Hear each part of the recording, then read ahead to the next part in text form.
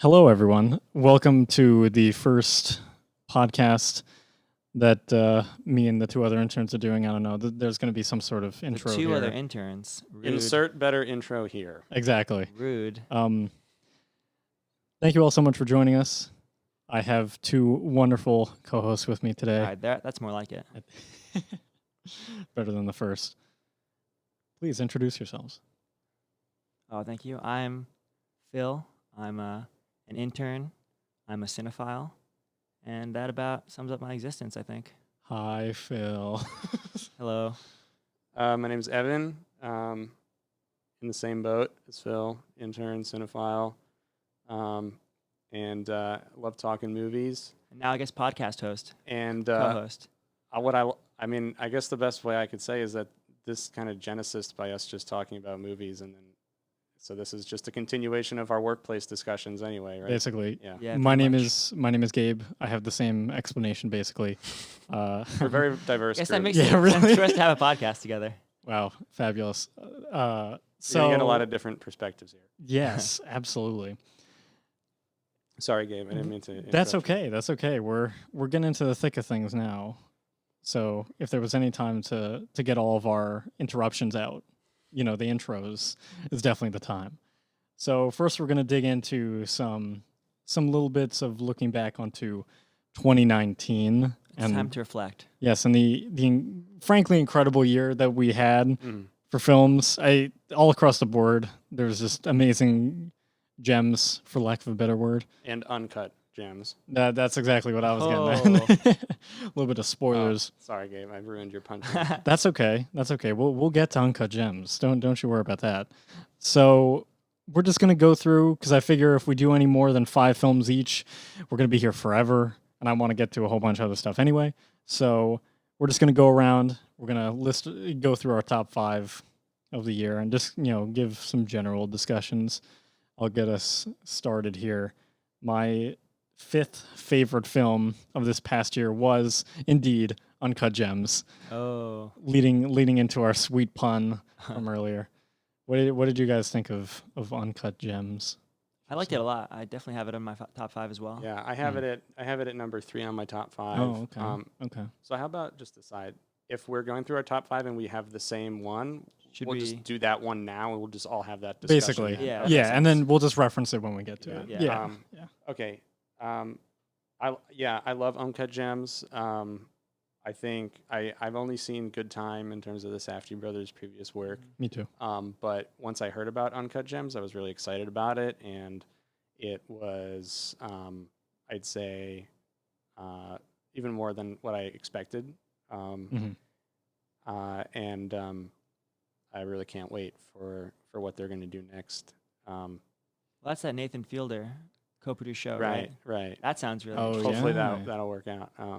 Yeah, I think it shows like some really innovative stuff going on with regards to the editing. Mhm. It's incredibly fast paced. It's incredibly overwhelming, I would say. So tense. Very Mhm. tense, and I think that's really effective in kind of situating you in the world that the character inhabits and is ultimately fighting against, and ultimately like fails to survive in. Yeah, and I thought especially it felt particularly real.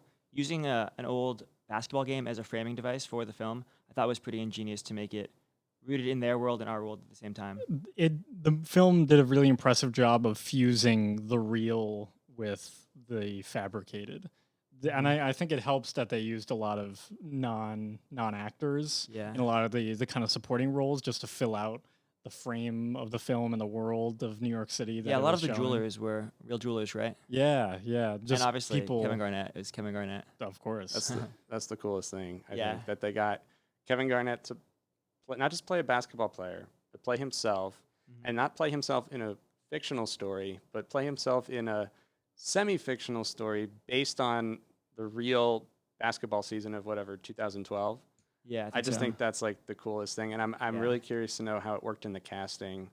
With Yeah, if that, it was like but written for him or how that yeah, worked exactly. It's kind of a feat if you think From about it. I heard some interviews with the Safdie brothers about that actually, Yeah. and they said they had originally gotten a different an active basketball player for the role originally, Oh, and so he it's was gonna like, be contemporary. yeah, and initially? he was like set in stone to be in that movie. Oh, do you know who it was? I forget the name of the guy, unfortunately, off the top of my head, but they had him pretty much on lock, but there ended up being some delayed productions stuff, so they weren't able to start shooting immediately during the summertime. So then once the basketball season started, obviously Oh. he got busy. Apparently, it was almost Kobe Bryant, which would have been No interesting. way. Apparently, that's what this headline is telling me. That would have Jeez. just been crazy. Yeah, that would have been I very mean, interesting to this hear. film was already, I believe, A24's biggest box office Yeah, that's- success. Yes, and it I think was. if they That's would have true. gotten someone like Kobe Bryant in it, Yeah. Mhm. I mean, that's assuming he would have been able to do the same job. Because Kevin Garnett actually does a great Yeah, job. he was a good with actor. his He's very performance. impressive. And, I thought it Yeah, was very good too. he holds up. Yeah. So, anyway, one other thing I'd like to say about Uncut Gems. Maybe this is a little subjective, but I feel like there's this alternate history where Uncut Gems is like the most important film that was made this year, and like I feel like there's an alternate history where Uncut Gems is like the Pulp Fiction equivalent. Like if this was like a new era, I just think something about the tone of the film, this like semi-sarcastic, but also like totally sarcastic, but also totally sincere tone, and the use of music and God, the music. yeah, Jesus. Yes. and everything, and just like the pop culture references and the pop culturality of the film. If I just invented that phrase, but like I feel like I mean the film is too edgy, I think, to be like properly recognized by the Academy and whatnot. Right, the but Golden least- Globes of the Academy. I just think that, Yeah. like I said, the best way I can describe it is like there's an alternate history. We're not living in that alternate history, but As far as we know, history is unfolding as we speak. yeah, but well, it's Maybe- it's too late for Uncut Gems. But Well, who give it 10 years knows? down the line, Yeah. it could have maybe a wider it influence. could, but Oh, like sure. I compare it to Pulp Fiction because Pulp Fiction was recognized as groundbreaking, Immediately. widespread in that year, and Yeah. it was like a major contender at the Academy Awards that year, right? I mean, Yeah. it didn't take the top prize. Yeah, it only won for screenwriting, Right. correct? Yeah. It didn't, and Sam Jackson, but Really? I think so. Someone can fact check me on that. But it didn't take the top prize. Anyway, that's just like I said, like my subjective feeling about it. Okay. Anyway, we should probably move on. Yeah. So let's move ahead to Evan. We'll go with your fifth He was, favorite. just to fact check, he was nominated but did not win Best Supporting Actor in 1995 Oof. for Pulp Fiction. Okay. Well, that's a shame. My bad. All right. So my fifth spot is a tie. Sorry, but I had to. This is my only little rule tie. bending. It's my only tie on the list. It's been that kind of year. Yeah. Though, so. And I also have an honorable mention, which I'll just say we won't talk about it. Wow. But John Wick 3 is my honorable mention. But anyway, okay. Number Wow. 5, Apollo 11 / Marriage Story. Mm. I don't know. I mean, I'll just a couple words on each of them separately. Marriage Story, I thought was incredibly well written, and I think the performances were the best 2 performances that I saw in the year. There were a lot of great performances this year, but I think like within like one work, those were the 2 best, Driver and Johansson.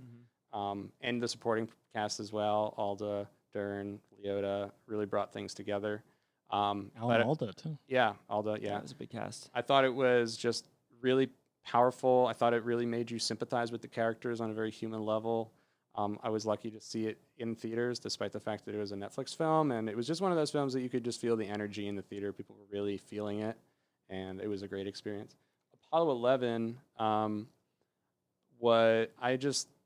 it was like, did either of you guys see Apollo 11? No, I did not. No. Apollo 11 totally blew me away. It was like, I mean, I was considering putting it higher on this list, but like it was a tough year. There's a lot of good movies this year.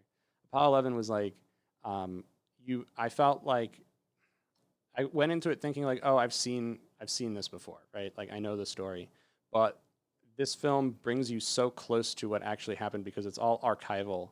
It's not using like, It's not a documentary, is it? it is a documentary, is? but it's designed to be an observational documentary. So it's designed to be all archival footage from that time period. It's not like talking heads talking about it. There's use of some graphics like images and graphs and charts and things like that because to like show the stages of the mission and whatnot. But Sure. I just felt like it was so powerful. It was like I felt like I was actually bearing witness to it. Like it brought me so close to these events in a way that I never thought had never experienced before. it's almost like hard to describe like how like powerful it was to be in that theater and feel like I hate this, it's so cliche to say like feel like I was there, but I actually felt that, and I actually felt like I was reliving the events as they happened, and I thought it was amazing. So I highly recommend that one for anyone who hasn't seen it. It may have flown under people's radar this year, but Yeah, I hadn't really heard about that. yeah. But you saying that kind of reminds me. Had either of you seen the this was a couple years ago, the 30 for 30 on O.J. Simpson, No. Made in America? No. I've heard Oh, about it, but I didn't see That's it. an absolute must watch. I heard that was a very like insanely well done. Yeah, it's definitely something you guys should see. And it really does an amazing job of giving you the context of the country and also like the context of O.J. Simpson as a person, and then shows you kind of the entire progression of that story as it happens. Because living after that occurred, you really can't conceptualize, what he meant to the country, to white America, to black America. And so that just kind of popped in my head as something kind of analogous. It's interesting. I mean, Apollo 11 is all about the mission. It's not about the coverage of surrounding it. cultural context. It's Okay. not about the politics of it. It's literally just about these are scenes from what actually happened. There was, I guess, recording happening on the mission? Yeah, like so it's film? actually amazing. Like they hired these early observational filmmakers. Like like I don't know if you guys know like Pennebaker and Frederick Wiseman, those guys. Like kind of the generation slightly before them. Apparently, there's this. I don't really know who exactly, but they were hired by the government to record this stuff, and so they were really into large format. So they actually shot hours and hours of large format footage, 70 millimeter, 65 millimeter of the control room, of the crowds outside, of the astronauts getting ready, going to the spaceship. And then they trained the astronauts, Aldrin, Collins, and Armstrong. They actually trained them in using large format cameras. And the three of them were actually awarded honorary memberships to the ASC. That's cool. Because, and if you Wow. think about it, I mean, so some of the images you're seeing are what was captured on the ground by these filmmakers, and some of what you're seeing was captured by the astronauts in the module. Some of it, landing. I mean, it takes you through every stage of the mission in like immense detail, and really puts you there. And it's Is actually there like a yeah. kind of overt narrative to it, or it's like observational, as you say? totally observational. Well, it seems like the structure of it is kind of going through It's the way the chronological. mission Yeah. goes. It's chronological, but it's not. There's no narrator. I mean, Yeah. there's no like. There's no Now we're perspective. going into the docking stage. It's not like that. It's literally just like moment after moment. It's just edited together. It's edited together like chronologically. That's the best way I can Life describe it. moving through. Exactly. That sounds really interesting. Yeah, highly recommend it. Okay. And Marriage Story is just a very solid, Marriage Story, just a yeah. really solid, I- well thought out film. Yeah. I have that as number 3. on my That was one list. of my less liked controversial opinions of the year. Okay. Why don't we? We'll hold Yeah, we on to can hold off on we'll hold that. Okay, on to hold on some a minute. hot takes. Okay. Hot take. All right, Phil, what do you have for your 5th favorite film My of the year? 5th favorite film of the year was probably Parasite, to be honest. Ooh. I know, another hot take, just back to Ooh. back. I enjoyed Parasite. I thought it was a Oh. bit Well, overrated. hold on a sec. 5th film. I mean, out of I don't know. I saw a lot of films this year. So even if like those were two my 5th. Those were two my 5 films, and I still love those films. Yeah, no, So- I agree as well. Anyway, but sorry, Phil. Yeah, Go no, ahead. I always say that I have my like end of year list for like movie or album or everything. Yeah. Like 3 years after the fact, I'll know what my actual ranking was for any That's given fair. year. That's very Takes fair. me a while. But yeah, I would say Parasite was, of the films that I saw of the past year, it was my 5th favorite. So I kind of want to save the Parasite conversation can hold off on that's that for number a minute. 1 for me. Okay. So- Okay, yeah. well, And- yeah. I'll wait That's to fair. start just exploding about Sure. about that. Sure. I guess I'll just say right now, I actually don't have that film on my top 5. Wow. Even hotter take. I wouldn't. I'm not putting it. Wow, you must have really hated No, Parasite. Oh my no. god. I'm not. I just wish a film like Gone with the Wind was. No, I'm Yeah, kidding. yeah. I'm kidding. I'm kidding. Sunset Boulevard. What kidding. happened to those movies? I'm kidding. About a real American film. No. I loved it. Don't get me wrong. I think it's great. I think it's deserving of its accolades, but I just had to pick my personal favorites. That's and, fair. Yeah. Okay, let's move We'll on. get back to that. Yeah. So my 4th favorite film. I don't know if you guys got the chance to see it. It's a film called Pain and Glory. Oh, yeah, I heard Pedro about Almodovar's newest film. Yes, I saw that. It was pretty amazing. I was surprised by how much I loved it, considering while I was at Cannes, It was premiered there, and it got kind of like a lukewarm reception, surprisingly.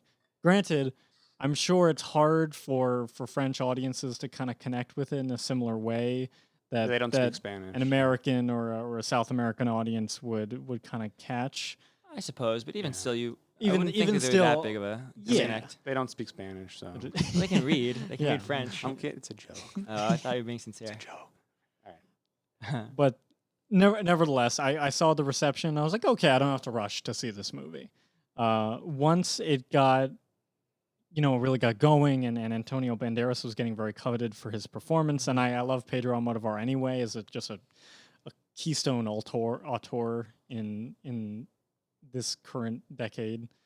So I had to see it, and I I'm don't think so I've seen anything glad. by him actually. So glad I did. He's had actually Pretty great. long career, right? Yeah, he's over 20 something. And he kind of came of years. age with Javier or Antonio Banderas, Antonio Banderas, right? yeah, they came up together.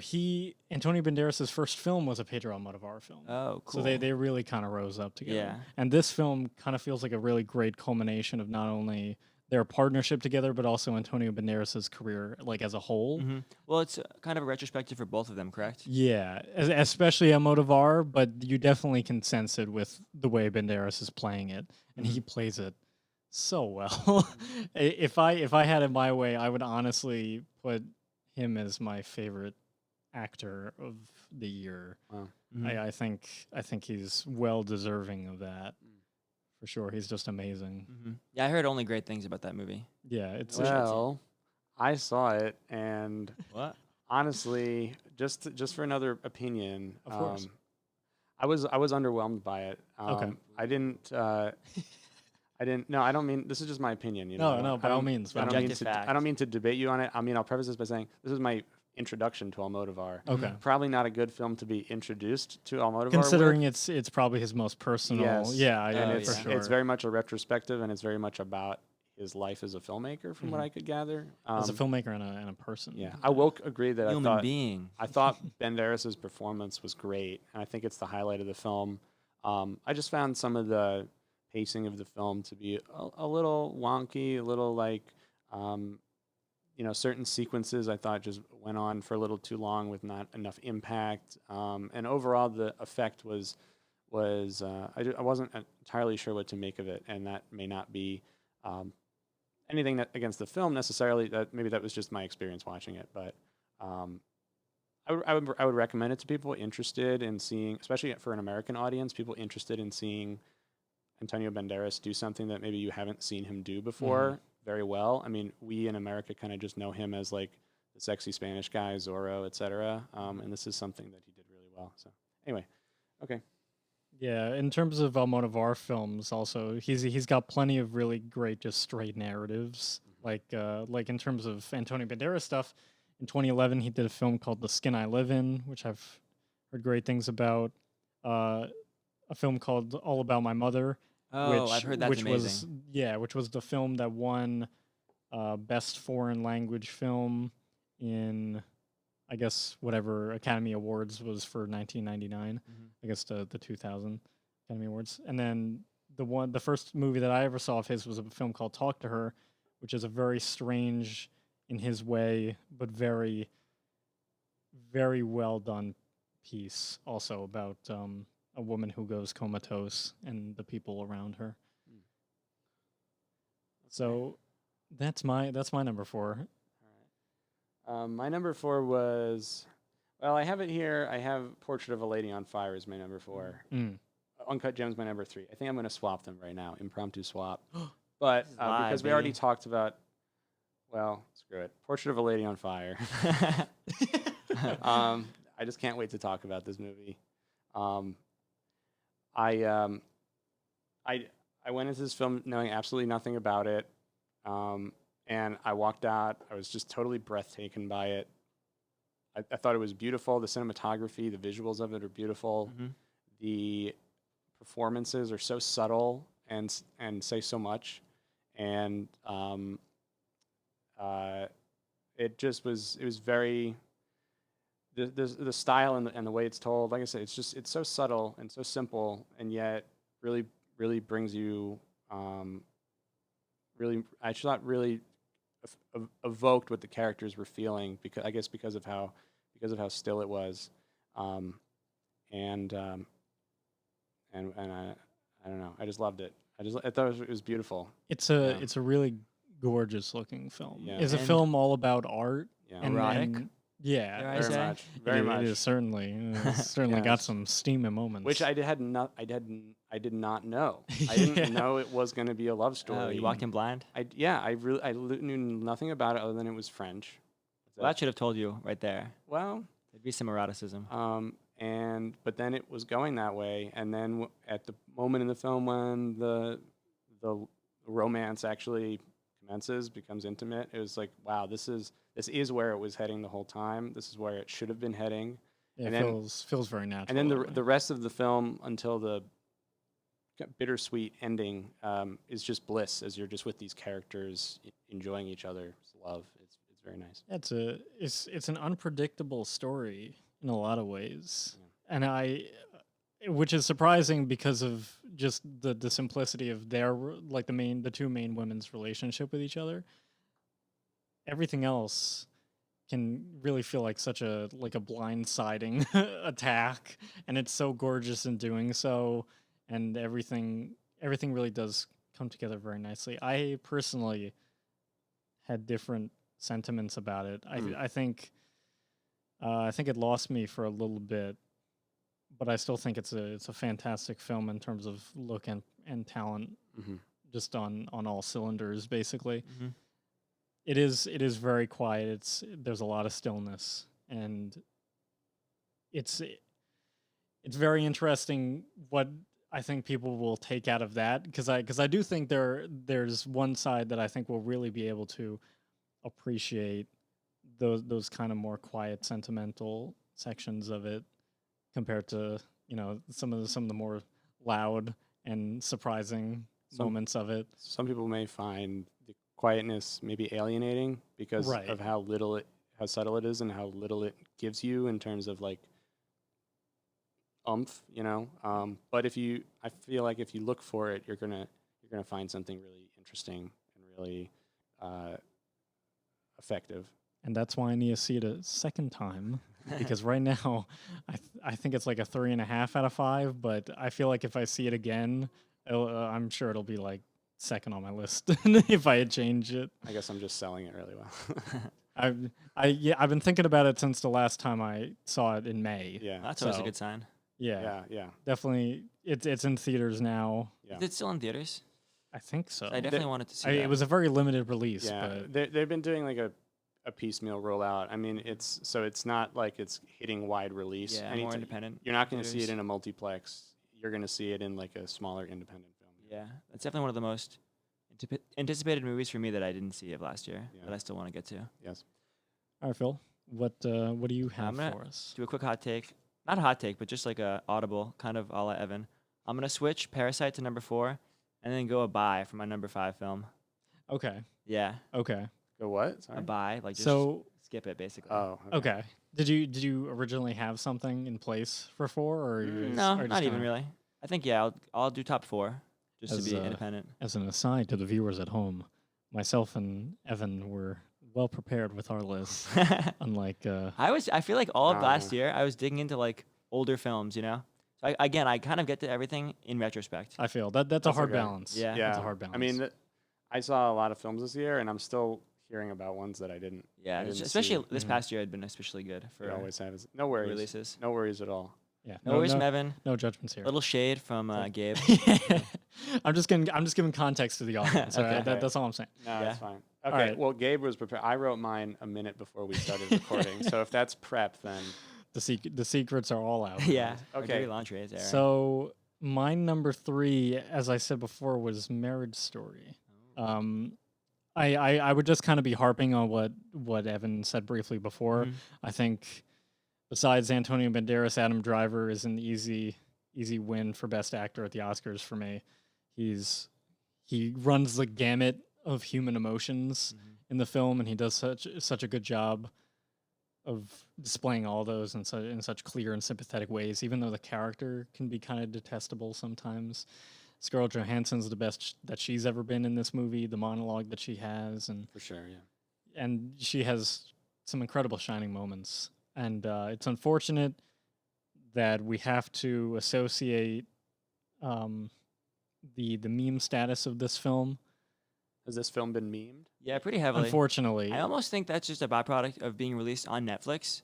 So I everyone think has it it's- immediately, and didn't even know it's that. almost more internet fodder than it is a film. I absolutely agree, and to add to that, I think it's just a factor of being a popular film in this time in the world. Yeah, it just is like I think there's any with any film that's popular, I think there's just going to be a massive internet pains in the asses that are Yeah. just going to meme the hell out of just this harp stuff. it to death. Wow. Yeah, and it just I didn't even know that. I did not even know this because I guess I don't look. That at was these. it for the best, probably. Yeah, Yeah, honestly, honestly, I'm gonna stop looking at these right now because it's for the best. Yeah. Yeah. and they're of course they're all taken from the most powerful scene in the movie. Yeah. it Yeah, just undercuts so- It just totally ruins that. Right, so we're gonna TLDR this real quick. Don't look at Marriage Story memes. it. Meme culture is bad for you. Don't people. look at Marriage Story memes, but especially Throw out your computer. if you're making a meme out of a film, do not just copy and paste a scene Especially the climax. that is not even in the context sphere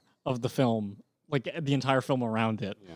It's so easy to take that scene out of context, and that's exactly what happened. And then all the acting students were like, "I do that on my first day of school." So anyway, Yes. I'm gonna stop there. But that's my passioned problem with the internet. Yes. Anyway, One of Evan, many. please save me. Number 3. My number 3 was Uncut Gems. Oh, I yes. think I already said more than my share about that. So Yeah, just gonna give a quick shout out to Adam Sandler. I don't Oh, know. yeah, I don't know that's- how much we need to talk about how amazing he is in this movie, we can but talk about it. Yeah, I but think it's worth. A few holy, times at least. holy everything. Adam Sandler is like amazing in this movie. Yeah. He's a Probably his marvel. best performance I've seen by far. Period. I would agree. Probably with that. period. I would agree Yeah. with that. He's Yeah. playing a similar character to the sort of archetype he fits into, but I think he's still really just. You know what? Kills it. He trims a lot of the fat that comes with playing the more obnoxious comedy characters, and he just kind of replaces it with this really like lean, well-oiled machine of a character. I know he did a lot of research, like physically going to jewelers and Yeah. checking out their Getting the mannerisms ethos. and things like that. So I think that has gone a long way for him. And I think a lot of it is just again that same sort of character, but just not really being played for laughs. Right. You know, it's like in a different context, so it all reads In differently. a different Yeah. perspective. Yeah, absolutely. Yeah. On Absolutely. that note, I can't help it. I got to say one thing that my favorite scene of that film, for people who haven't seen the film, spoiler warning, the scene where he kind of breaks down in the office. Oh yeah.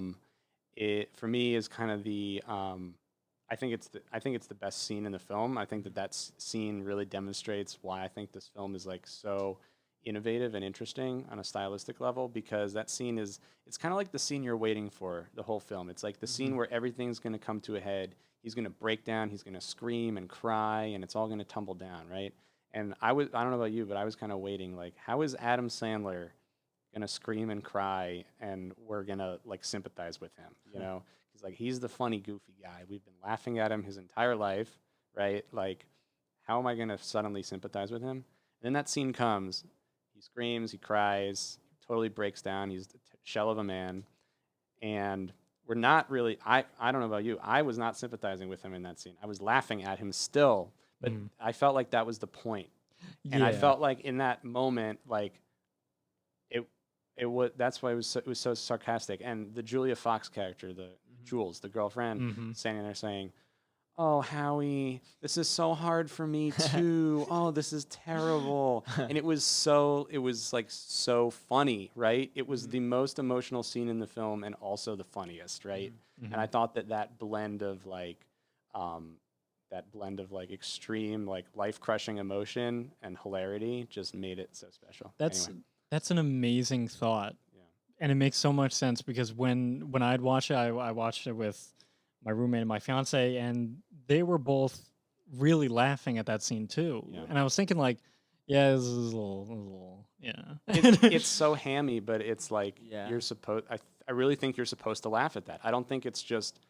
I don't think it's like seriousness just done poorly. I think you're actually supposed to be laughing at that. Right. Yeah. Because he's, for 90% of the movie, he's just a detestable person. Yeah, just an absolute schmuck, just always making the wrong choice. That you're like, do the other thing. Please, for the love of God, Yeah, do stop. The Yeah. opposite of what you're doing, please. And just So- always doubling down on his own stupidity. Right, exactly. Because that's just his addiction. He just Mhm. he can't stop raising the stakes. Yeah. Perfect for a film. Yeah, one of my favorite lines is at the very end when he finally gets the money, and then he has it, and he then immediately places the bet, and he's talking to the character who he owes the money to, his like in-law, I forget the guy's name, Arno. and he's just apologizing. He's like, "I'm so sorry, but I just can't help it. Like can't, this is yeah. it's just who he is, you know." Yeah, the scene where he's talking with Kevin Garnett and he says, "I don't want to win by 2. I want to win by 30." He Yeah. cannot help it. Yeah, I thought That's nature. amazing. it was done so well. Okay. Last footnote for Uncut Gems. Shout out to Idina Menzel and Julia Fox. Oh yes. Shout out to And- Julia Fox's butt, honestly. Hell yeah. Just wow. MVP. And Lakeith Stanfield, But who's also- been in literally every movie ever and Yeah, is he just is. kicking ass in all of them. Shout out to him. I'll go for my third favorite. Yes. I think this will be not well received in the room, but Jojo Rabbit, I actually quite liked. You know what? I don't disagree with that. I think it's high for Jojo Rabbit, Mhm. but I can see what the appeal is because you can really hear like every end of the spectrum for this movie. Yeah, I think it's really a wide array interesting. of reactions. Yeah. I will say that I went to the theaters to see The Lighthouse, and for some reason the projector didn't work. So they were like, "Go see another movie." So we went to see Jojo Rabbit instead. What a So shame. it was almost inadvertent that I Wow. saw Jojo Rabbit, but That's I really amazing. enjoyed it. What a I- shame. But yeah, I know. I wish I'd seen The Lighthouse. Sorry. I still intend to see that at some point. But I thought it did a really good job of being like kind of charming in like a Wes Anderson-esque way. While there is some brutality to it, it really isn't the point of the film to be highlighting that aspect of the World War. And it is from a child's perspective, which I think was interesting and done fairly effectively to show his thought process on these, of being in that context from that like social milieu of being, you know, a German in that time. And yeah, I just found it really enjoyable and kind of profound. And also, can I spoil it, the film, I guess? Sure. Yeah, Just I'm give a gonna- spoiler warning. Yeah, spoiler warning. Yeah, I thought that's the gonna turn. be part of the intro. Yeah, okay. But the turn of having the Scarlett Johansson character, you know, be killed off, I thought was fairly effective and affecting. That shot of the shoes Of her feet, yeah, that is was. unbelievable. Yeah, I thought that was really well done. Like with- easily probably the highlight of the yeah, film for me. yeah, because they'd highlighted it before with her dancing, and then Yeah. see it then. I thought There's it was. a pretty well lot of done. shoes. Mhm. You'd think it's in Once Upon a Time in Hollywood or something with the amount of feet that Yeah. that Jojo Rabbit's showing off, but all of a sudden it's like, oh my god. Those are hanging feet. Yeah. I'm just gonna say my piece on Jojo Please. Rabbit. And now I didn't completely dislike the film. Don't get me wrong, but it didn't really have any effect on me. With Did it have any negative effect? no, I just thought that in some maybe a little bit. I don't know. It's hard to parse out what was negative, what was positive. But for example, the whole thing with the shoes, I felt like it was, the way I was thinking about it was like, early on, I think the first time you see the shot with the shoes is in the pool, right? Like in the aquarium, like they're swimming. It's at the pool, Yes. right? Yeah, the most overt version. I know Yeah. earlier on they do stuff where she ties his shoes before they go out to the world. Yeah. Mhm. But yeah. And it's like, I felt like the only reason why that was in the film was so that when they revealed the mom dead, that's how they would do it. Mhm. I didn't understand why they were doing, what other reason that served.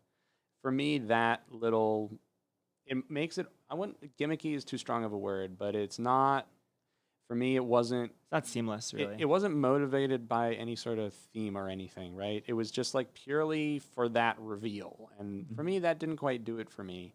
And another thing I would say is that I felt like, this film ended up winning the Oscar for Best Adapted Screenplay, which, though I'm not an Academy voter, I disagreed with.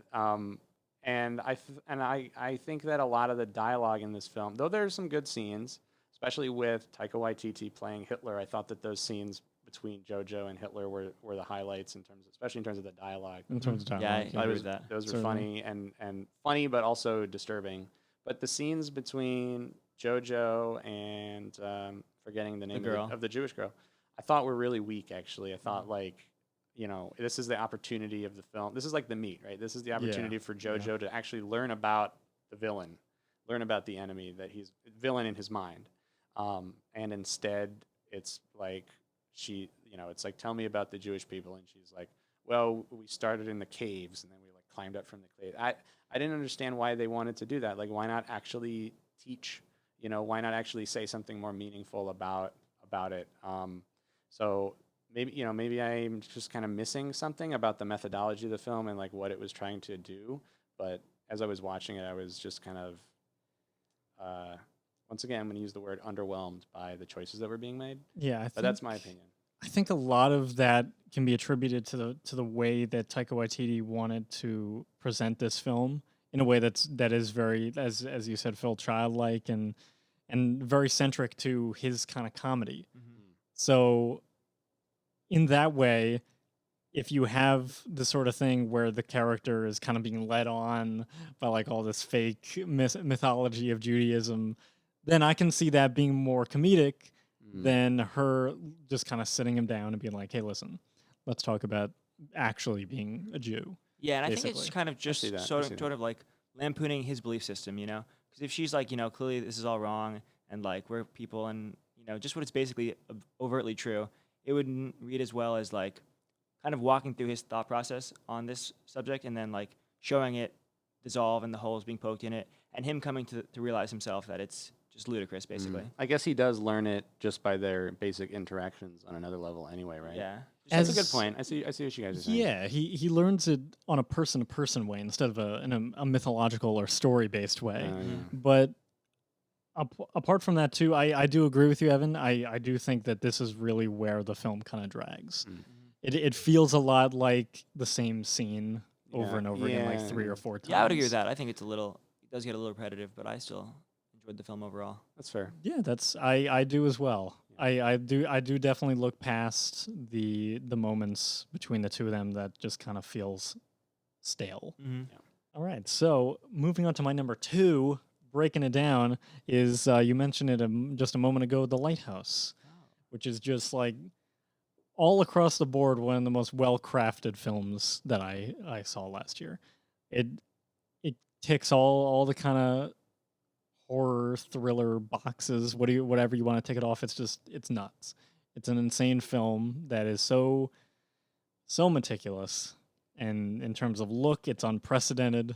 There is no film that looks like The Lighthouse coming out right now, for good reason, because it's hard, and they really put themselves in the worst possible conditions in terms of filming, and also the equipment that they using that black and white photography must have been, oh my god, and the aspect ratio and the those conditions accents.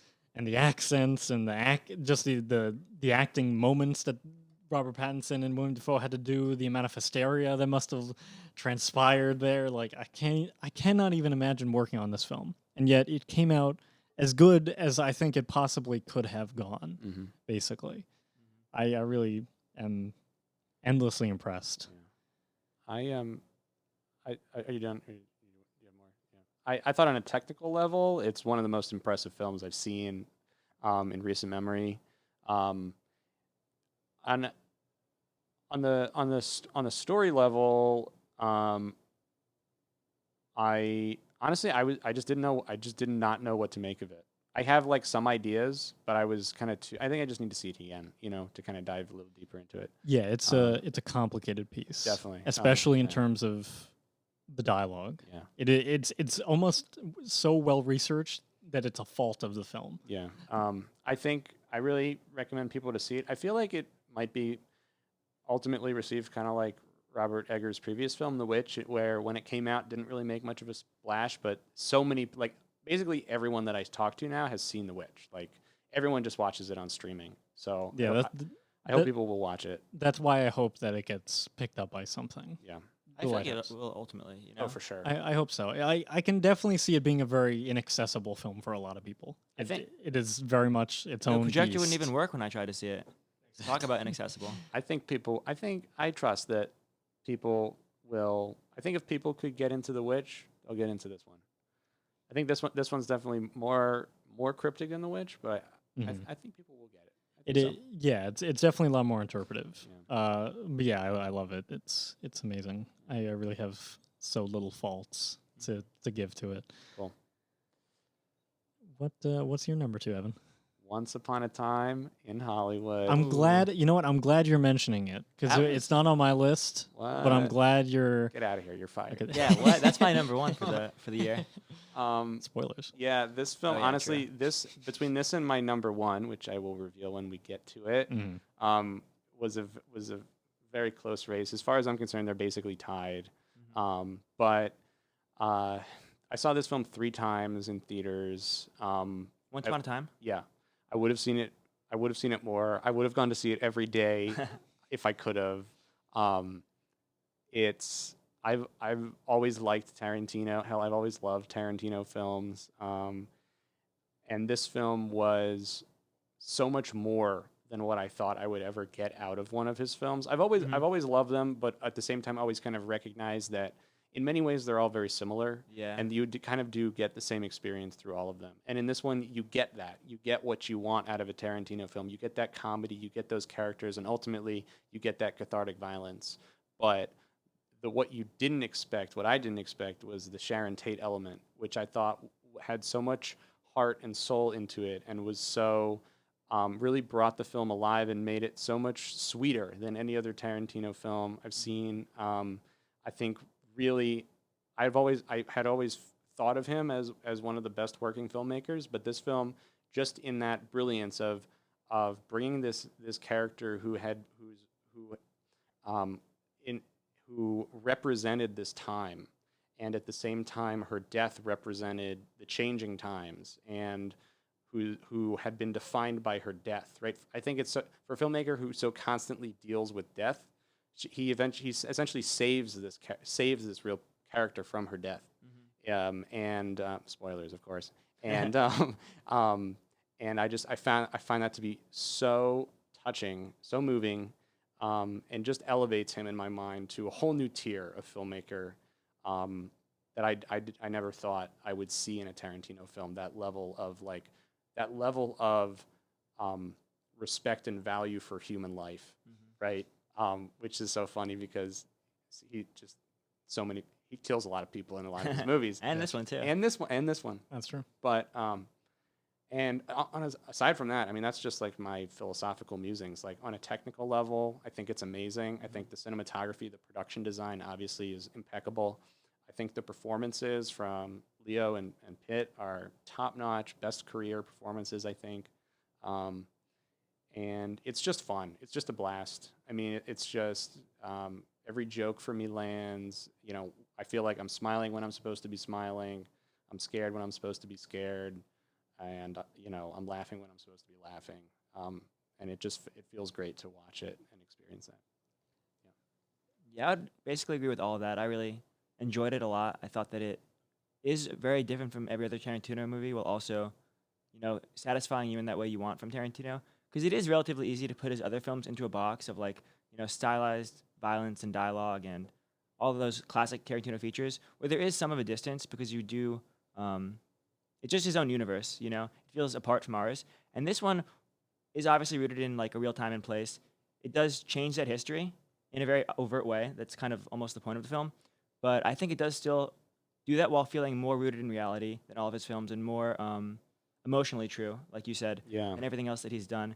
And I just really enjoyed it quite a bit. I thought it was an amazing movie. I like that phrase, emotionally true, because I feel like a lot of his films are dealing with characters that are experiencing such dramatic events that normal people wouldn't go through. And I feel like this film, for me, resonated a lot more with daily life. The most emotional true, I think, is a good phrase for that. Yeah. And also, again, just to show that time and place, like Hollywood in the 1970s, it's just so radically different from nowadays that I think presenting it in an accurate and clear way is just honestly transgressive to show in 2020, 2019, It's very, very almost jarring to see. Yeah, he's definitely taken a very interesting angle in terms of how he handles history in his most recent films. Like this one, he changes history. Django. Mm-hmm. You see literally a slave just killing everyone. Glorious Yeah. Bastards. He kills Inglourious Hitler. Bastards definitely. is probably that's the original overt Mhm. answer to Yes. this question. Yeah. he destroys Hitler. Yeah, He but that's also him like obliterates Hitler. yeah, exactly. Like, but him compensating like with violence, whereas here he's undermining the killing of Sharon Tate and that massacre. Well, you know what he does? He instead replaces the insanity in the same way that he replaces the insanity of Hitler killing so many people. He kills Hitler in this gruesome way Mhm. that you see, and it's graphic and very cathartic for some reason. Because It's I Hitler. guess human beings are insane. Yeah. And then in Once Upon a Time in Hollywood, he brutally kills these horrible people, and you're like, all right, this makes a lot more sense. And you've been waiting 2.5 hours, 3 hours for that, because it is a Oh, yeah. Tarantino film. So it's almost like him shoving that all into a condensed like minute and a half, 3 minutes. He's like, But- he's like, we all know what you're here to say. Right, but Flame- here it you know comes. what's great though? I would gladly watch a Tarantino film that is just tonally in terms of content the 2.5 hours before that. Yeah, no, I absolutely agree. I actually thought that he I totally executed agree. he executed that stuff so well Mm-hmm. that was like, give me more of this. Like, I just want to live more with these characters. Mm-hmm. But that being said, I think that the climax of the end, where they kill all the hippies, is one of the strongest scenes in his entire filmography. and just tonally, that's it's so saying funny something. and like cathartic at that moment. Exactly. And I think just the way it's edited with the music, just he's just smashing your head into the counter. Oh my god. Burn it, burn it, burn it. It's great. It's great. Okay. If there were anything, just to be, of course, contrarian, because Yes. we're on a podcast. Sure. If I had to say anything about Once Upon a Time in Hollywood, I would say that the Sharon Tate stuff does get needlessly slow. I think the runtime does kind of drag down a bit when we go into that sort of stuff, like her at the pool party with Roman Polanski was just, I don't know why this is here. Like we can tell she's the life of the party. I don't think this is necessary. And the scene where she goes to watch herself on film is definitely sentimental and very wonderful to watch. But I do feel like it's just could have been a deleted scene. And I don't feel like it needs to be there, especially since they really cement who the main characters are of this movie. I think I just kind of wanted to get back to the DiCaprio stuff. I got that. I think maybe like the first time I saw it, I felt that. But I think I don't know. I always feel like the measure of a really truly great movie is that every time you watch it, it feels kind of new and different, and you end up certain things about it that you learn more about it every time you watch it. It kind of grows certain aspects of it. You realize you get more out of it each time, right? I think that those sequences with Sharon Tate are, especially the sequence where she goes to the movies. I actually think, to be contrary to the contrarian, are are like really essential to the film. I think they're that's like, because it's about movies, and it's about the experience of watching movies and making movies and the joy that we can get from that.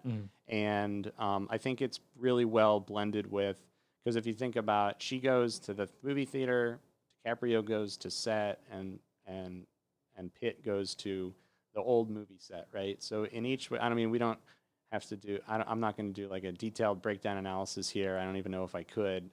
If I sat down and like wrote a paper, I probably could. But it's like they're each in their own ways interfacing with the medium, and I think that her component, her aspect of it is the part of it that's like the most good, the most joyful. And anyway, I certainly agree with that. yeah, I think that she holds a lot of meaning in the film. Yeah. For sure. Okay. Leonardo DiCaprio still, Honestly, personally, I just want to get back to him. Leo, Yes. I find to be, this is just a kind of tangential hot take. Yeah. I find Leo pretty overrated as an actor generally, and I generally. thought Brad Pitt really was like the star of the film to me. I've Mm. only seen the movie once, but he was sort of the breakout character in my estimation. I mean, both of them are so good. What's funny is I think DiCaprio actually is a phenomenal actor. But what in terms of you look at his filmography, you know, he won for The Revenant, and that's like a phenomenal performance in The Revenant. But I don't think it's his best performance. There was such a campaign of how has Leo not won an Oscar? You know that. I Yeah, thought that which was so silly. it's- So did I. There's so many great actors who've never won. Yeah. That it was That- just like That's pretty constant with the Oscars though. They're very big on, you know, we haven't given this to this guy Yeah. yet. All right, it's like a is legacy. he in a good enough movie? Sure. Yeah. All right, It's we'll his give it to him. time to win. The legacy Oscar. Yeah, I mean, absolutely. I didn't really expect Leo to win this year just because of what he was up Yeah. against. Yeah. Oh my But God. I hadn't either. that's interesting. You think he's overrated generally? I Just actually kind of because of that campaign and that sort of sentiment around him. You know. Yeah, I well, think that's- he's good, but I think he got a lot of. I think he, for some reason, got a lot of credit for something that, he. I mean, I don't know. Maybe he shouldn't. Like there are better films to give him credit. yeah, I think Better that's certainly true. performances to give him credit for. And I think actually Once Upon a Time in Hollywood is one of those films. I think he does a lot more in this film than he does in The Revenant I agree. If I in had terms to of give, like good acting. if I had to give him an Oscar, I would give him the 1990 whatever it was supporting actor for What's Eating Gilbert Grape. I think that's probably my favorite. I'm performance not by going to Leo. dispute you there either. That's That's an amazing phenomenal. performance. Yeah. Hell, I mean, even Inception, I think is like Yeah, that's a great movie. he does a great job in that movie. I mean, it's just like it's a lot simpler, but it's like he does.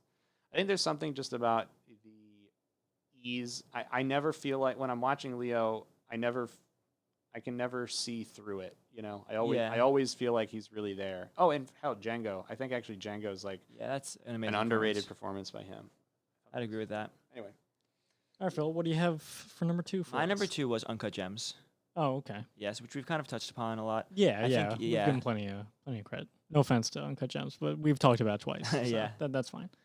And then All my right. number 1, just to shove it in there, was Once Upon a Time in Hollywood. Oh, there which you we've just go. touched upon. All right. That was my favorite movie of the year. Solid. My number one film was Parasite.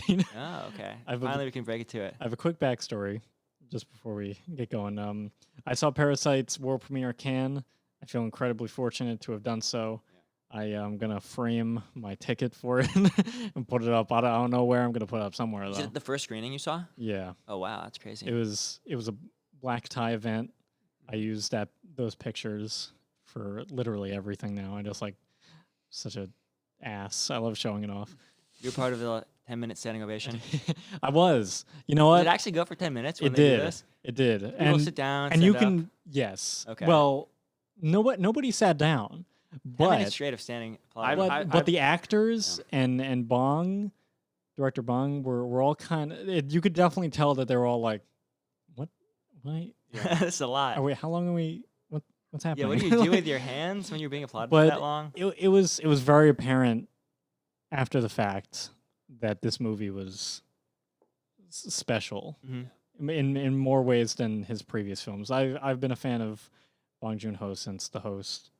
I love that movie. I love Snowpiercer. Is Parasite your favorite out of his filmography? Oh, absolutely. It's the embodiment of everything that makes Bong Joon-ho good, and like perfectly neatly wraps it into a beautiful story that is so well constructed and well displayed Mhm. beautifully presentation wise. I feel like it's basically perfect. I can't imagine this film being made any better than it did, and I think the choices were impeccable, and I learn new things about it pretty much every day because I think about it every day. So I'm just insane like that, and I've been annoying the ever-loving hell out of probably you guys and also all my friends about it. My friend who lives in Connecticut that I haven't seen in like a year is somehow annoyed by it, even though I haven't seen him Word spreads. in person. Yeah, it's nuts. It's nuts. So I adore this film. I like I said before, I don't have it on my top 5. I saw it at Cannes as well, not the premiere. And the energy there surrounding the film was like next to nothing. And right from the start, people were saying that, and this is the year after Roma. People are saying that if there's one international film to win the Best Picture, this is the film that has had the best shot in history. Mhm. People were saying that They were right from the start, and they were right. Yeah. And anyway, even though I don't have it on my top 5, I can't disagree with anything you just said. I think you're right that it's near perfect, and every choice that was made is the right choice. I think it further solidifies Bong Joon-ho as one of the preeminent filmmakers, most innovative filmmakers of our time, and I'm so glad now that Americans know who he is. Yes, I know that absolutely. foreign cinema exists. They know that, yes, they know that people speak other languages other than English. Crazy. I'm And they kidding, make I'm kidding. movies in those I'm languages. kidding. And yeah, I guess the only reason why I don't have it on my top 5 specifically is because I'm a chauvinist American pig. No, I'm kidding. No, it's just because I guess in terms of my personal sentiments, Sure. don't. But I'm not, like I said, on a critical level, I'm not going to disagree with you. I think it's amazing. Anyone who hasn't seen it, like you just have to see it. Yeah, just to push back a little bit, I definitely enjoyed the movie a lot, and I am glad that it won the Best Picture Oscar. I thought that was, like overdue, and also just like basically perfect for the moment. It really like felt cathartic. That was incredible. Um, Yeah, it was awesome. Even just watching them all up there on the stage, especially versus last year when Green Book won, it was Oh, just like God. night and day difference. Yeah. But yeah, I thought it was a great movie, but I was a little surprised at how strong the reaction to the film was. Like I had heard so much about it, and then I went to see it, and I thought it was like good, great, but I was a little surprised having seen it. I felt personally a little distant from the characters emotionally. I think partly because of the pace of the film, because it's such a kind of roller coaster, and the tonal shifts happening so quickly Hmm. that when everything does kind of go to hell at the end, with like the family falling apart and to spoil the murder and like all that stuff, it didn't really strike me on an emotional level. And that might have been just because of the pace of it, because I wasn't prepared for it, and then it happened, and then the movie was over basically. So that struck me, and I probably should see the film again. And also, I don't know if it's just over my head or not, but I understand it's like an indictment of capitalism, but I didn't really see a clear message beyond just that it's like, tearing us apart and causes this tension. But Well, I'm not sure if that actually is the exact I message. think there is certainly like a that's part of it. critique. I don't- being part of the film. I think it's more nuanced than that. Mhm. I think it's more just examining what wealth does to us, and also what the lack of wealth does to us, and how we have this idea in our mind about living this comfortable, wealthy lifestyle as what we should all be striving for, and how that can affect our psychology, and how that can lead us to do certain things. I mean, obviously, this is an extreme example. It's a dramatization. It would never happen in real life. So we think. So we think. Yeah, I don't know. I think that to call it like a straight up indictment of, Yeah, I of don't- capitalism is a little too harsh. I think there's a lot more nuance. Yeah, in it's it. a little simplistic to call it Yeah. that. Yeah, I think it's definitely been a byproduct of just the conversation about it, for sure. Yeah, Is it's kind of pigeonholed. yeah, the way that the politics of the world have kind of like worked their way in as a parasite on this film. Oh, I was trying to figure out the Good best way one. to shoehorn that one, Ba-dum-tsh. but I do think it's a really impressive way of just examining just people, very very obvious class differences, and what it is like when those two parts of the world collide with each other, whether they notice it or not. And I think it's the most evident in the little subplot section with the smell. I think that's like an amazing part of the film that can very easily be considered just like, oh, it's kind of this weird joke that they kind of come back to a couple times, and then that's the whole reason why, spoilers, the dad kills the other dad.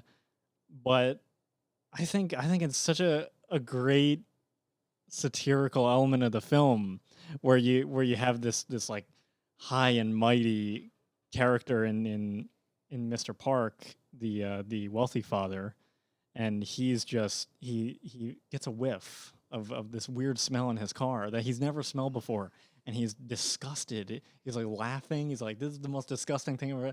What the hell is that smell?" And then of course it like spreads around the house that maybe it's the driver's smell. Maybe it's him. Oh, and it just keeps coming back, and you can tell the not wealthy father, played by Song Kang Ho, who I love to death, and he is amazing in this film and in pretty much every other Bong Joon-ho movie because they just do all the same stuff together.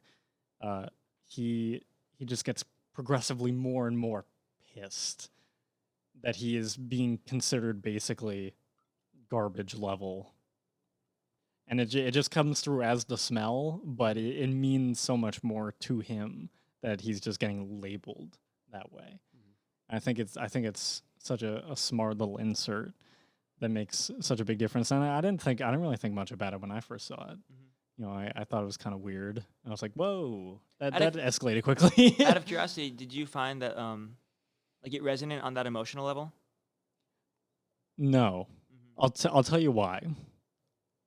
I think a lot of people that see this film are going to fall like somewhere in the middle between these two families.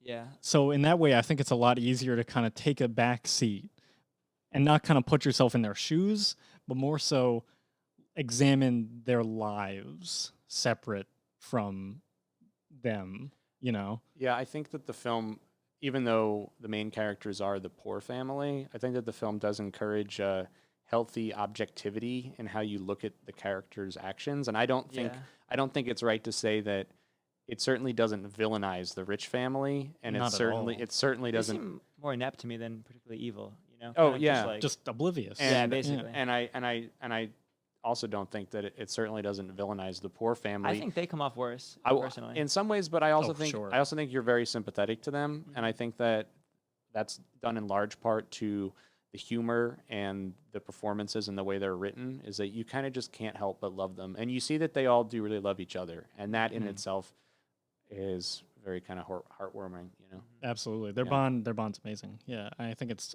so well described, especially in the way that they kind of suffered together as a family, that no one can keep a job, nobody's gone like really finished school or really achieved what they've wanted to achieve, and they're stuck under the street, even. Yeah. Just this Yeah. disgusting street. They're below that. A sewer.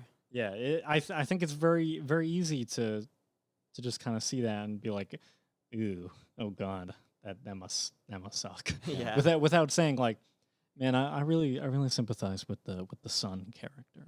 Like, I really see myself as that kid, especially when he makes out with the daughter." He cucks that other guy. Yeah, it's a different culture. Anyway, so that's Parasite. One other thing I'd actually like to say about Parasite. Oh, sure. Apart from the theme, to just talk about the style of the film. Oh, I think absolutely. what I think actually appreciate most about it, and I mean, so many filmmakers have expressed similar themes in their work, but none have done it like this before.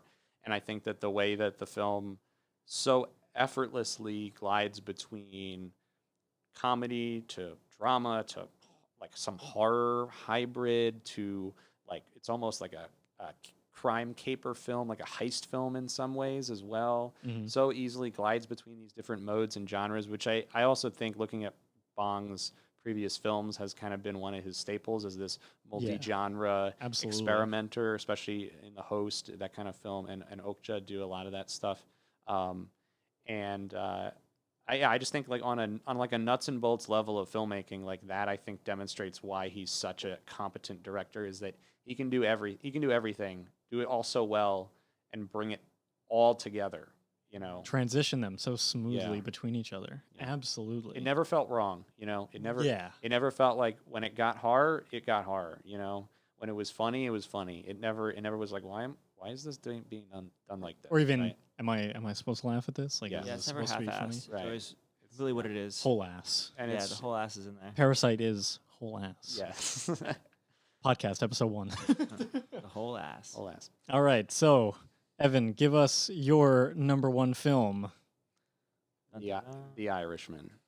Ooh. Good Yes. choice. Good choice. Like I said before, between this one and Once Upon a Time in Hollywood, it was very close. As far as I'm concerned, they're basically tied. But I actually think that The Irishman is the best film I saw this year. I think it's another masterpiece from the master. I think it's just in almost in a similar way, actually, that going into it, like Once Upon a Time in Hollywood, you might be expecting one thing from this filmmaker.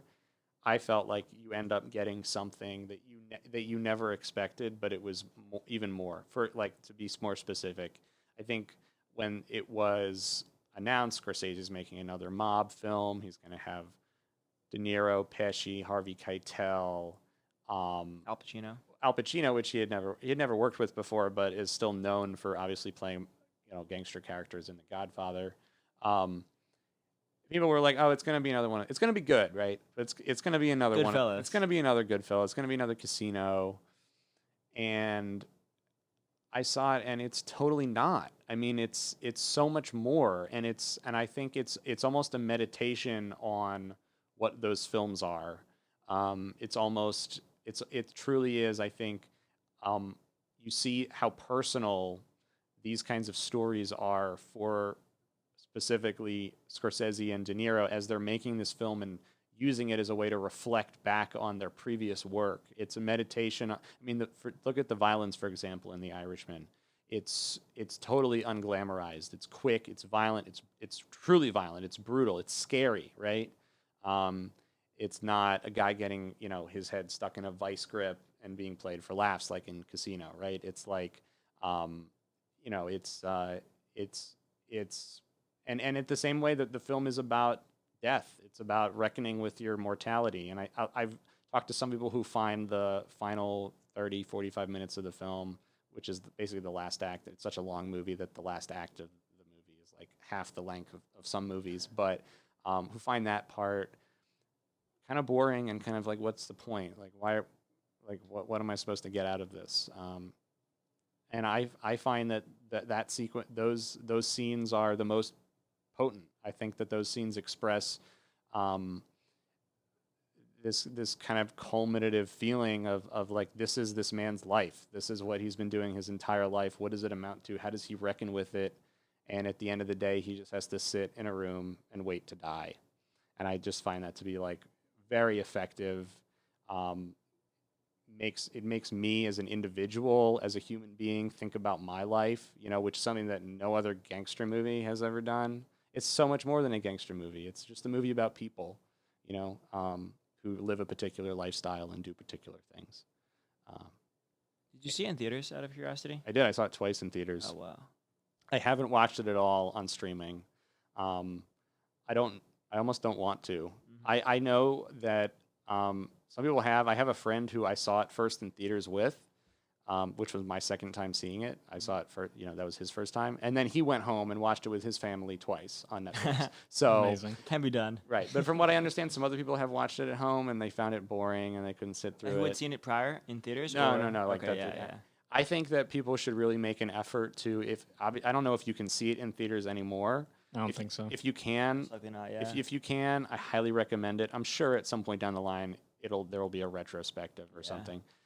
But even if you watch it at home, like I really think take the time, do it in one sitting. It's worth it. Like No bathroom breaks. no bathroom breaks. No bathroom breaks. No, just hold it. Okay, just go beforehand. Don't drink anything. Get a Just bottle. watch it. Just watch it through. It's supposed to be long. You're supposed to feel like you lived this character's whole life. That's why it's long, and that's what makes the ending so much more powerful. You're gonna get something out of it, I think, if you sit through it. I found it to be a very effective experience. I mean, there are so many other little points about the performances, about the style, about the editing. I think it's one of the best edited films and best paced films I've ever seen. About the writing, the dialogue, certain lines, the way certain scenes are written. I could talk at length about. Maybe we can do a deep dive in one episode, but Sure. for now, I'm just going to leave it at that. So I absolutely agree with you with a lot of what you're saying. The editing is amazing. It's probably what's her name? Schoonmaker. Thelma Schoonmaker. Thelma Schoonmaker. Yeah, Probably or maybe it might be probably some of them. Schoonmaker. I'm not sure. Schoonmaker. Thelma. Yeah, I've Thelma heard it pronounced Schoonmaker. different ways, but she, of course, is one of Scorsese's longtime collaborators. She's edited every one of his films since Raging Bull, I believe. Almost all of them. I don't think she did every Scorsese film, Oh, but she has done a lot of the big ones. yeah. A lot of the big ones. And I think she didn't win. Who won? What won for editing? Ford v Ferrari this Ford year. versus Oh, Ferrari. yeah. Good- The most overt version of Yeah. film editing, so it makes sense. Yeah. Good pick. Not going to dispute Yeah. that at all. But I still think The Irishman was Was the pick. Was the pick. I think she's certainly one of the best editors in film who's ever lived. I agree. And in terms of the last 30 minutes, I think. Can we just have no sure. spoilers? Because I still have not seen this film. Even though I have no. Oh, I'm Oh, sorry. sure. Did I spoil it for you? No, just a little bit. last 3 minutes. Tiny bit, but not really. But yeah, just no. There's a lot I haven't told you about. Well, it, it's 3.5 hours, so. There's a lot I haven't. That's I would fair. actually say the biggest aspect of it I haven't spoiled. So please, no overt spoilers, but go ahead. Fair. It's really good. No spoilers. It's very good. That's a spoiler. I recommend this film. Yeah, I really have I no recommend this justification film. for not seeing it because it is on Netflix, but I am kind of just averse to that if I can see it in theaters. That's fair. I definitely feel like I don't really get the time, unfortunately, but I do feel like it is best served in a theater with or without people. As long as you've got that surround sound Yeah. and you got that big screen. I will say just a little anecdote for people who may live in the New York area. I saw it at the Belasco Theater, which is a Broadway theater. Netflix, really big kudos to Netflix for doubling down on the theatrical experience for all of their major releases this year. I think they're actually doing a better job at the theatrical experience than their traditional studio competitors right now.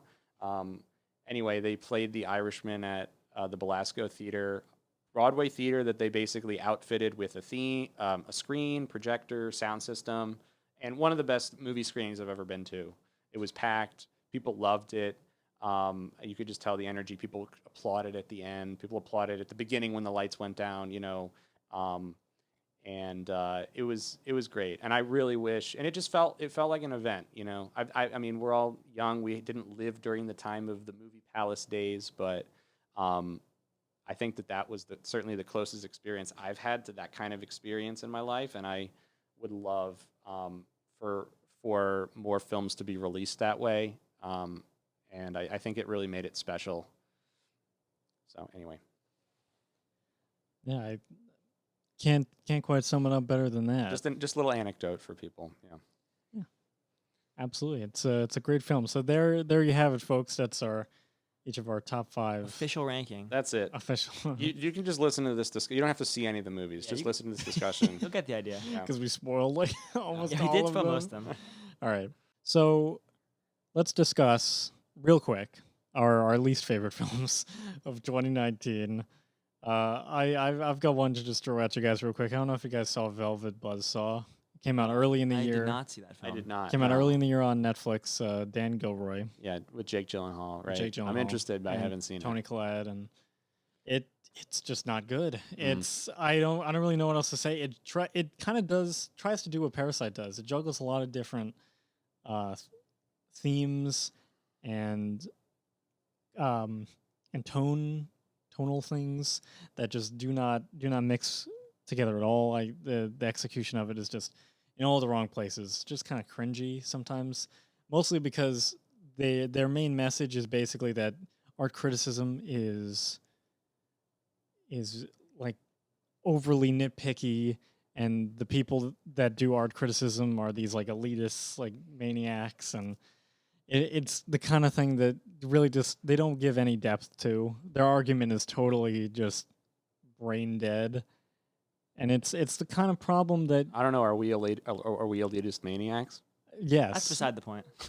it's not to say that they're not true. It's just to say that they don't provide anything new to that Right. argument. Right, They right. basically just tell you everything you already know, Mhm. essentially. Yeah. And I'd like to say that that's just as bad. Okay. Another film. We're gonna delve into. Well, should we go around? Oh, sure, yeah. sure. By all means. Because I have a piece to say. Absolutely. Richard Jewell was one of my least favorite films this Oh, year. didn't even see Richard Jewell. Yeah, I may as well have not seen it because I found it very boring, very dry. Really walked out thinking, what was the point of this? Why was this movie made? What did I actually learn or gain from it that I couldn't have read off of Wikipedia Yeah. about Richard Jewell? There was nothing interesting about the way it was rendered. I mean, historical subjects are a very common thing, especially for Hollywood films.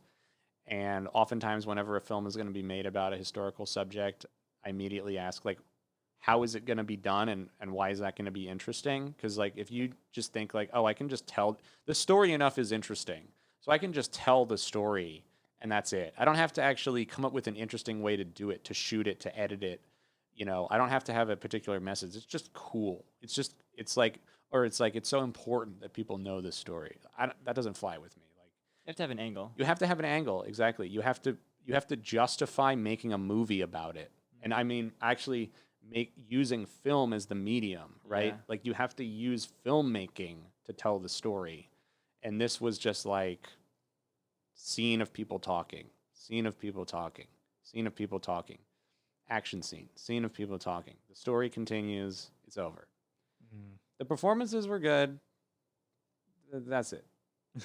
I'm sorry. It was a total dud, and I was disappointed because some critics seem to really like it, and I think I just missed something maybe, or they're wrong. I don't know. I know it certainly wasn't badly received, but it really did just kind of drop off.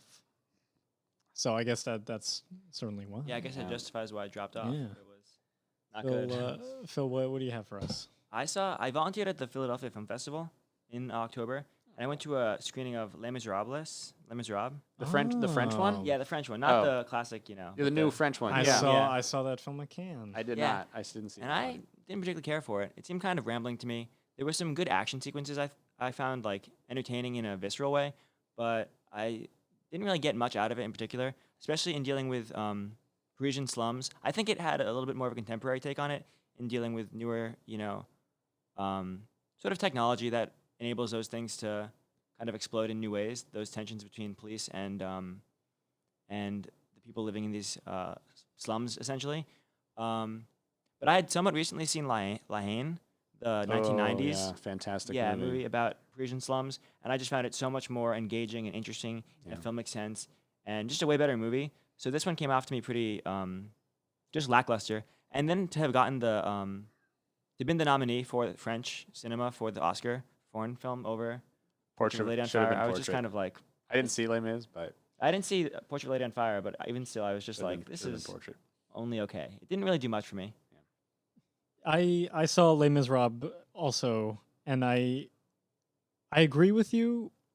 Certainly, I think I do give it some more credit in the sense that it is a very lived-in piece. The Mhm. guy that made it, lives in those kind of areas, and he's very intimately related to that kind of story, and then you can tell that it's coming from a very genuine place. Mm-hmm. I think I enjoy the characters. It is for the visceral, I will most say. part. You do feel there. Yeah, absolutely. I definitely do think there, in terms of story and the way that things kind of transpire, I do Mhm. think there is definitely some drag, and there's definitely some points that just don't work. Yeah. But yeah, I just didn't think come it out of it with was any alright. sort of clear takeaway. I felt just a little bit like I saw it, yeah, absolutely. That's very fair. I'm just gonna say one more, and then we'll move on. I don't know if you guys saw the new Lion King movie. Oh wow. That I was offended was- enough by the ads that I was just that was some hot garbo. hot $1 billion making Garbo.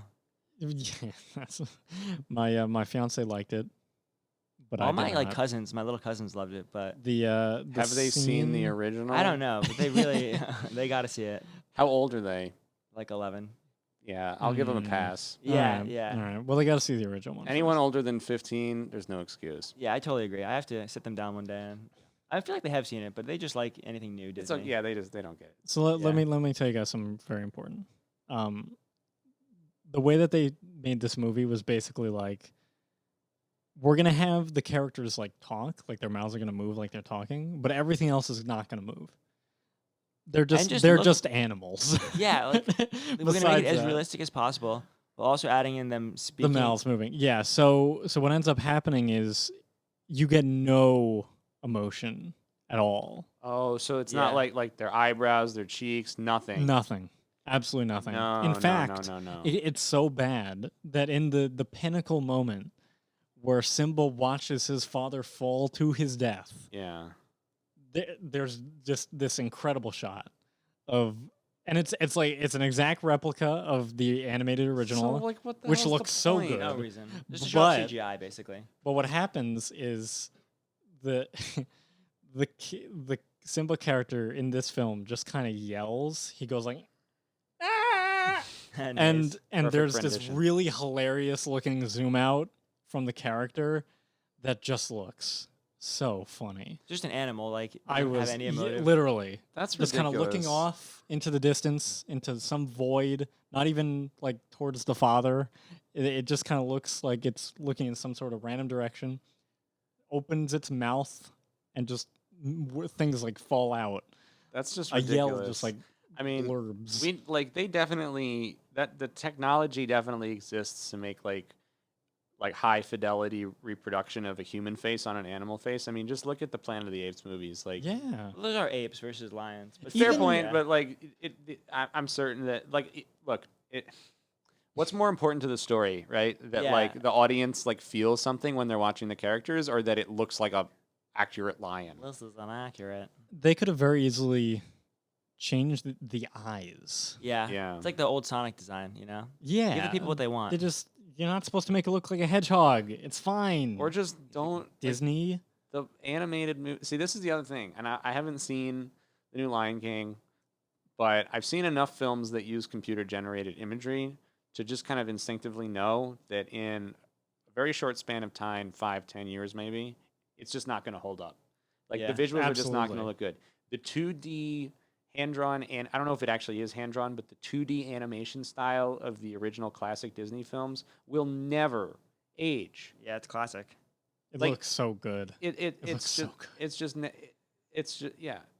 Anyway, Right after we watched The Lion King, my fiance and I watched The Prince of Egypt, which is Oh, actually phenomenal. a great film. watched that movie once a week when I was.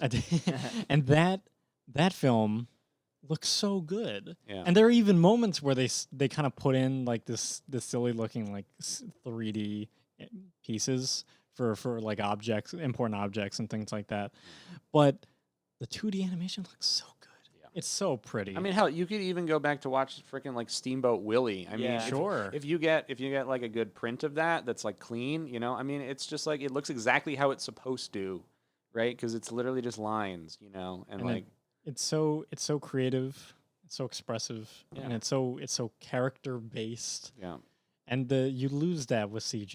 yeah. You It was just also lose just all of about, I that. think, for them, like, Beyonce's in this, Childish Gambino's in this, you know what I mean? Just shoving as many celebrities as they could They, to just hype it up. They tried pushing Gambino and Beyonce for actor nominations. Oh, really? As Those these were- animals for Mm. for their voice acting?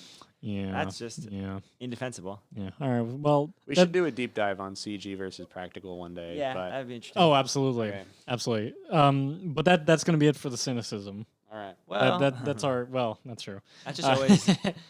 just you wait. That's true. Now we're going to transition to a little bit of different cynicism, I guess. We're going to talk about the Oscars a little bit because they happened not too long ago. Hot button situation. I think just year round, it's kind of the end goal line for every award season. That's basically where it ends, and where it starts up again is that Monday Yep, after it happens. Mhm. Yep. You know, whether we like it or not. Basically, totally. Yeah, I love when Bong Joon Ho realized that what he was nominated for at the Oscars, he was basically like, "Yeah, okay. I mean, the Oscars are pretty local, so it's not really a big deal, but thanks."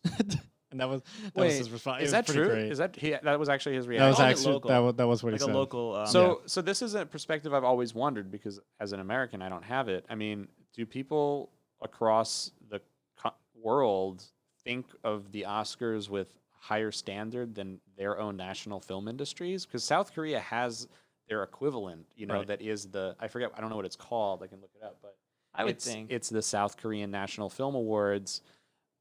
But they still know the Oscars, right? Like, and do they consider it to be the more prestigious than theirs, or at least on an equivalent level? I think it's a case by case. Mhm. I think it depends because you know there are some film festivals that are just massive and they have international in the title of some of these. Yeah, but I would still think that, Hollywood is like the premier movie making, area in the world. Everyone is watching these films basically all over the world. So I think in terms of just like like international like acclaim, the Oscars are the penultimate or the zenith of that award season. You know, I think it's very easy for us to sit here and say This is that American it's exceptionalism. that it yeah. is that it's exactly what you said, Phil. The mecca. but I think much of more so than like film. maybe like Cannes is comparable, but like the South Korean, whatever their local. It's called. I just looked it up. It's called the Blue Dragon Film Well, Awards. that's a badass title. It is. That's a great But a lot better even than still, I Oscars, think that yeah. like winning even best international feature would probably mean more to a director than to win whatever would be the equivalent there. It's I think it does. I think just by the sheer fact that the Oscars have been around for so long and Yeah. are such a general spectacle anyway, I think people around the world have no choice but to recognize how big the Oscars are. Yeah, I would agree with that. And I think Bong Joon-ho right now is realizing it after the absurd amount of money that Parasite is getting as a Yeah. result of the win. Like yeah, that's the exactly box right. office revenue has been incredible for the film Mhm. since it won. I mean, no doubt the American market is, I believe, the second biggest in the world behind China right now. But there are plenty of international films that are very, very good that don't get shown in the U.S. Absolutely. Or if they do, it's like a couple dozen theaters for a weekend in the major cities. But I wonder. I don't know. I've never had the chance to talk to someone who lives in a foreign country about that. I would be very curious to know. Yeah, I can definitely see it as kind of a case by case basis Oh, for sure. wait, can I pause for a sec? What if there was like someone who in the off chance someone listened to this that might know that like goes to like lives in a foreign country that might be able to shed perspective? Should we have like an email that people can write in? For all of our foreign listeners out there who are thousands and thousands of listeners out there, The myriad. from people in those countries who can give better perspective on this, by all means, leave a comment down below and let us know. Yeah. Or- We'd love some more enlighten us. perspective. Yeah. Yeah, We'd or really like to know. if somehow this podcast actually does take off, I'll make a mailbag email and we'll do something like that. We'll do a Q&A section at the end. Fan letters, Exactly. Just raking in the praise. Yeah. all that profit. But folks, here's the real question. All that being said, Yeah. about foreign language films and things, do the Oscars really matter? Dun, dun, dun. Yeah, I have this. I mean, I think about this every time they roll around. I think. I think they do, but I guess the question is to what extent. I think that there was a time, especially during like the Hollywood Golden Age, and a little bit after that into I'd say the late 50s. They did a lot. I think that they were a huge pop culture event. American citizens really cared, and like they were very attentive to them. And everybody watched them, and everybody knew who the winners were, etc. That's clearly. I don't know if that is the case anymore. Seems not at all. I don't think it is. I don't think it is. And there was such a glamour to them back then. Yeah. It's kind of lost. I think that there's still the glamour, but I think that it's. I like think more that pomp, I feel like, I think the yeah. American public are Yeah. just more kind of Cynical, basically. cynical. They just That- don't find a reason to care as much, and I really wonder why that is. Because I wonder if it's because movies, that during that time, movies were the biggest form of popular entertainment in the country. There was radio, but it wasn't competing. This was before television, and I think that kind of ties back into the Yeah. whole now there's Ricky internet, Gervais, like video Golden games. Globes. Yeah. his speech about how it's kind of all just like self-congratulatory, and these people are just kind of condescending to it's sort of that elite versus like real America, That's quote unquote. That's divide. exactly what I was going to say too. Yeah. I think the disconnect between the real quote unquote important people in the film industry, I think there's such a disconnect there between the people of America kind of ogling at these people and considering them basically like gods. I think there's still plenty of that to a certain extent for sure. I think there's plenty of, oh wow, look at that celebrity sort of thing. Yeah. But I think people look at it with a very different lens now. Yeah, there's a lot of backlash along with that. One thing I think about, like, is there any good way to look at it, right? Like, I think that's like, I don't disagree with that. I think I do definitely think there's a lot to be critical of when it comes to celebrity culture, and especially about how American culture really seems to feed off of it, and I think about how social media makes it even more potent. But if there's anything, if there's a good way to think about it, I think this is one of them. It's that, maybe this sounds kind of cheesy, but I'll go for it. The Oscars and really any sort of like award show, any sort of celebration of talent in that way, are about, people want to show their love for something, and people also want to be loved. Like, it feels good to get something. It feels good to get an award, and it feels good to champion something that you feel passionate about. And I feel like that's a good thing, right? And I think, I'm sure that there are a lot of people. I'm sure that there are a lot of even just casual viewers. Maybe not like a ton, but enough casual moviegoers who happened to see Parasite, for example, who really, really liked it and are really, really happy that it won. They feel kind of like it was a win for them too in some ways, right? And I feel like, especially for Academy members, professionals who work in the industry, like they are very passionate about what they do, and I think that it's a good thing in some ways that, like, they get to express their love and appreciation for something that they hold dear, and that, like I said, it also, on the receiving end, it feels good to be loved. You know what I'm saying? Yeah, absolutely. And I think Yeah. that, to go back to the question of do the Oscars matter, it kind of boils down to they matter when they get it right, Either they show how out of touch they are, or it's like a kind of cathartic win for everyone involved. Yeah. Like, even just comparing last year to this year, who saw Green Book, who saw it and really was that passionate about it? Yeah. Versus this year, it was like kind of a win for everyone. It So felt you like. think they got it right this year? Yeah, I would say Yeah. so. I was happy that Parasite won. Mm-hmm. I definitely thought that was a good choice. Right. See, I would have preferred something like Gone with the Wind or something. Yeah, no, a re-release. I'm kidding.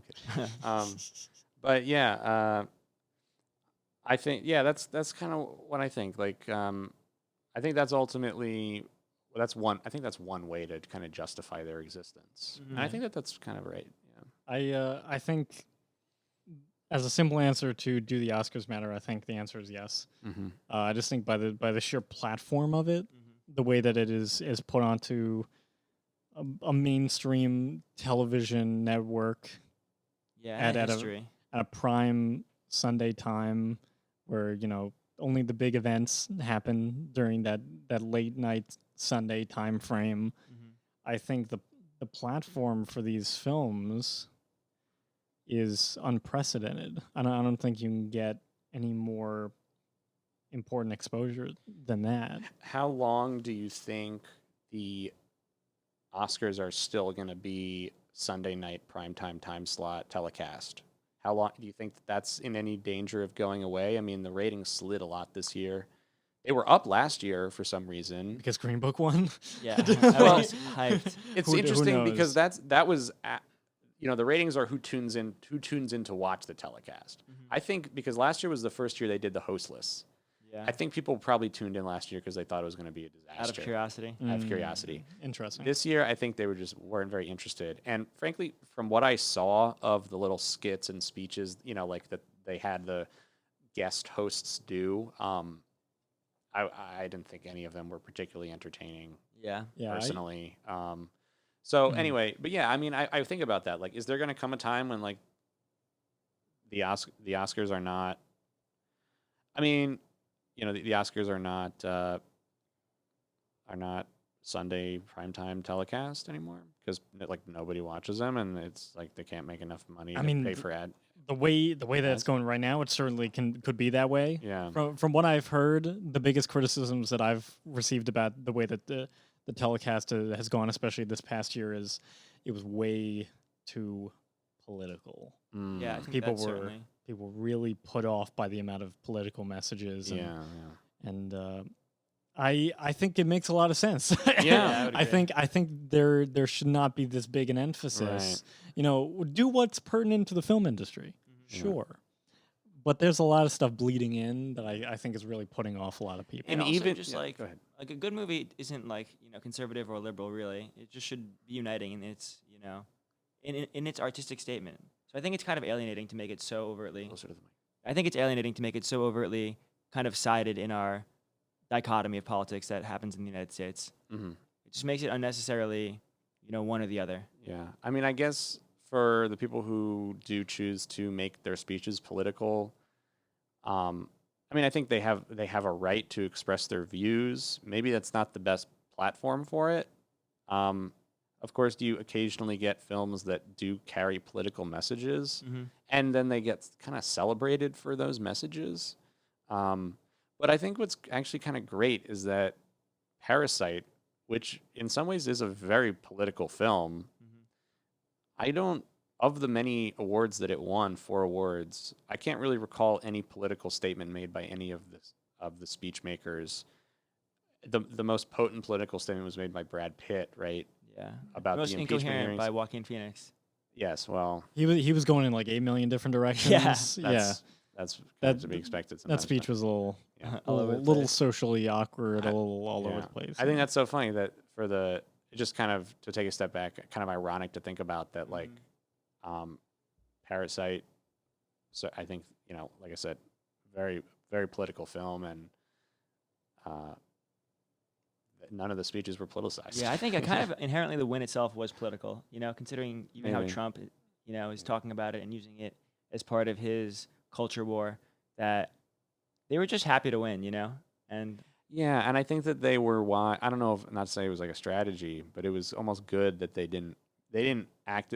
I mean, I think the closest we got was when the Korean woman, the producer, I forget her name, accepted the Best Picture award. She said something along the lines of like, "This, I think we all recognize this is a historic moment," and that was it. That was all she said. And Yeah. frankly, that's all that needed to be said, right? yeah. Absolutely. No reason to kind of cram like any sort of like social justice politics into it, right? Like, and I think that they were right to keep that out. I wonder if, you know, in the culture in America, especially nowadays, is people can speak their mind and they're kind of like celebrated when they speak their mind, depending on their views. I wonder if in Korea people are much more like tight-lipped about their views publicly. I don't think so. I'm speaking. pretty I don't sure know. relatively recently, Yeah. the president of, or prime minister, or whatever that title would be, if South Korea was forced out of office for some sort of corruption scandal. That happens, but what I'm saying is like, you know, like would a freedom- would a like Korean freedom of speech yeah, sort of well, thing. a they have celebrity. they have freedom of speech in South Korea certainly, but like would a celebrity take the opportunity to turn the spotlight on Oh, them being a political statement? Like, would they do that more readily, or are they kind of just more conservative with expressing their political views than we are in America? I don't know. think I'm just wondering I if it's a think that- cultural difference. Yeah. Yeah, I think that Yeah.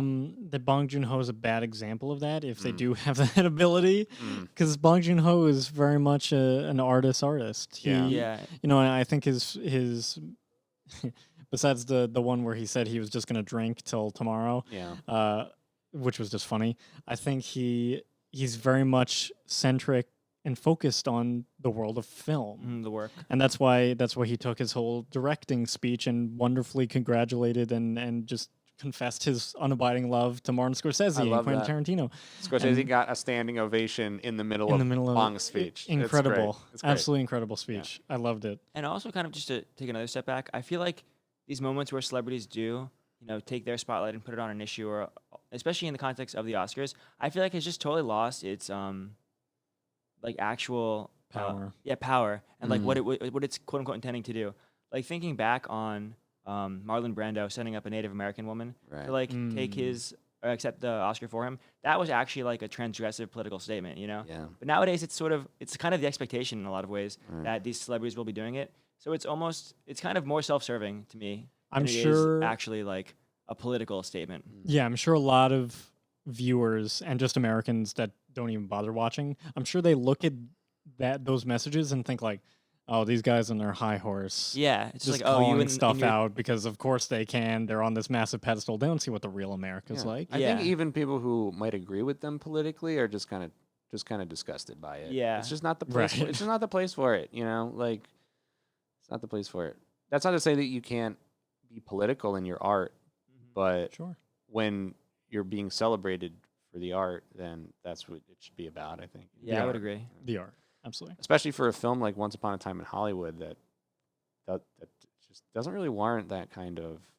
I mean, like I remember when Milk, right? Remember the Yeah, film, Champagne. film Champagne, about yeah, Harvey Milk. Like that was like a great opportunity, I think, to say something because part of the passion of the film was about Gay was rights. about gay rights and Yeah. about how gay people are perceived by society. Like that was a good opportunity for it. But I don't know. It's it's a kind of a complicated issue, but of course it is. Everything's complicated. Yeah. That's life. Basically true. Yes. Yeah. So that just about wraps up this first episode. Thank you so much, you guys, for joining me today. Look forward to discussing 2020 in the next episode. Looking forward to see what's to come. Looking forward to the equally as interesting, well, maybe not quite equally, but there's plenty to look forward to coming into 2020. And Make sure to like and subscribe and make sure retweet, give us a and like, smoke signal, and all that good retweet. stuff. follow us on our social channels. If you can find mine. it's gonna be a search. Don't tempt the internet though. Yeah, you don't want to poke that bear. Our rabid fan base will It- uncover your secret identity. There's nothing to find. all those Oh, they'll private make fan investigators. pages then. So thank you all so much for watching this 2019 retrospective. I hope you enjoyed and tune in for more in the future. Tune in to more insert podcast name here in the future. Pause. Yeah, Next week. Yeah, we're gonna have this overlay in there, like a really droning voice, like podcast name. Yeah, like dubbed It's like overlay. robotic. Podcast. Okay, All right. thanks guys. Signing off.